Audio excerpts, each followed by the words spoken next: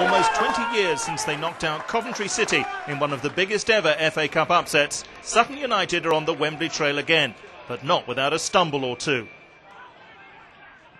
All looked comfy enough for the home side after just 3 minutes at Gander Green Lane. Gavin McCallum's pace and precision just too much for Cray keeper Jack Bradshaw.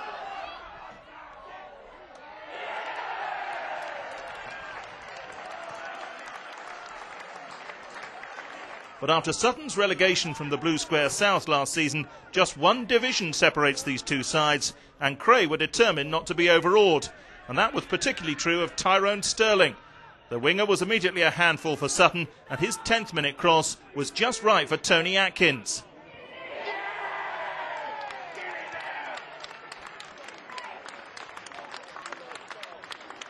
The next half an hour was a struggle for the home side, as Cray refused to let them settle. But the dead ball skills of Adam Wilde turned the game around just before the break.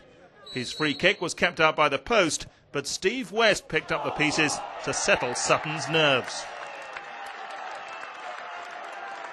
Sure enough, after the interval, the Ryman Premier side found things easier as Cray struggled to maintain their first half display.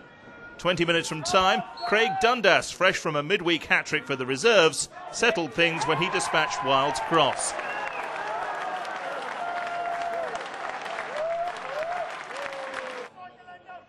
Victory assured then, but a 4-1 scoreline would have flattered the hosts, which is perhaps what McCallum was thinking with this late howler. Sutton through to face Ryman Premier rivals Billericay Town in the second qualifying round on September the 27th. Yeah, I thought, we had them watched 2 weeks ago when they won their first game, and we knew they were a decent side. We knew they tried to get the ball down and play. And I felt that first half we just let them go and do that. We didn't put enough pressure on the ball, and there were quite a few words said at half time, because in all honesty I thought we were lucky to be 2-1 up at half time. I think we deserved the lead when we got it, but that was early, and from that point on I think Cray dominated the first half, and I think they deserved their equaliser.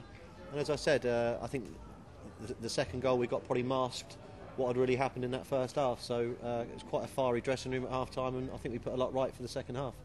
First half we probably outplayed them, to be honest with you, football-wise, on the deck, and passed it around, created a few good chances, and then the goal just before half-time, I think it deflated the players. It was hard to get them up for the second half really, and then obviously second half we've let in a sloppy one from a corner, and then game was gone then. Seeing a side like that just kept the ball quite well, and probably deserved to win it towards the end. I think the FA Cup does that to the players, it's nice, there's a little bit of romance, everyone says it all the time, so you've got to be out there and giving it a go, and when you're playing against a team that's higher than us, we want to be in their league next year. Our goal is to get promotion from our division, it goes into their league, so you get yourselves up against a team like that. I was just a bit disappointed that we let it go a bit second half football-wise. Well, on the board before the game, we put the names Haventon, Waterlooville, Horsham and Staines up, and said, look what those guys achieved last year. The problem is when you start in the first qualifying round, it does seem, a long way away. We're now in the second round. We've got to try and win that, and obviously, I think there's 2 or 3 more games to win before we can pick one of the league sides, maybe.